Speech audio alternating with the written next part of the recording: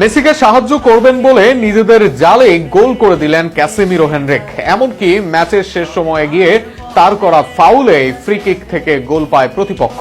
ইতিহাসে প্রথমবারের মতো মেসি ক্যাসেমিরো এক দলের হয়ে খেললেন, আর সেখানে যেন বড় গোলমালি পাকিয়ে ফেললেন ক্যাসে।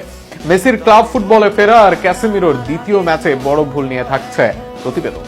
একসময় মাঠে ছিলেন চিরপ্রতিদ্বন্দ্বী। এল ক্লাসিকোর উত্তাপ থেকে শুরু করে ব্রাজিল আর্জেন্টিনার লড়াই, লিওনেল মেসি ও ক্যাসিমিরোর বহুবার একে অপরের বিপক্ষে খেলেছেন। তবে ইতিহাসের প্রথমবার একই জার্সিতে মাঠে নেমে মেসিকে সাহায্য করার বদলে অনাকাঙ্ক্ষিতভাবে দলের জন্য ভিলেন হয়ে গেলেন ব্রাজিলিয়ান এই মিডফিল্ডার।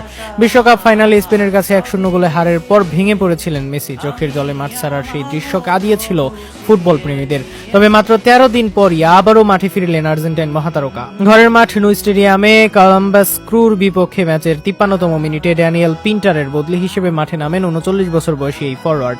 রেকর্ড ষষ্ঠ বিশ্বকাপ খেলে ফেরা